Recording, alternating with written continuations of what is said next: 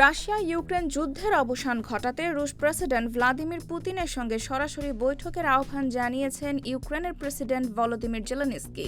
পুতিনকে লেখা এক খোলা চিঠিতে তিনি বলেন, কেবল অপেক্ষা নয়, দুই দেশের নেতাদের সরাসরি আলোচনার মাধ্যমে শান্তির পথ খুঁজে বের করতে হবে।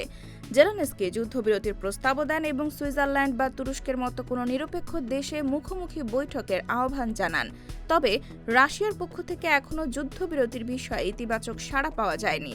চিঠিতে জেলেনস্কি উল্লেখ করেন, দীর্ঘ যুদ্ধের কারণে ইউক্রেন ও রাশিয়া উভয় দেশের জনগণই ক্লান্ত। তিনি বলেন, প্রতিদিন প্রাণহানি ও ধ্বংসযজ্ঞ বাড়ছে, তাই এখনই শান্তির পথে এগোনো জরুরি।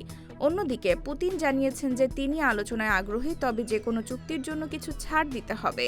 রাশিয়া ইউক্রেনের কাছ থেকে ভূখণ্ডগত ছাড় প্রত্যাশা করলেও কিয়েভ তা স্পষ্টভাবে প্রত্যাখ্যান করেছে।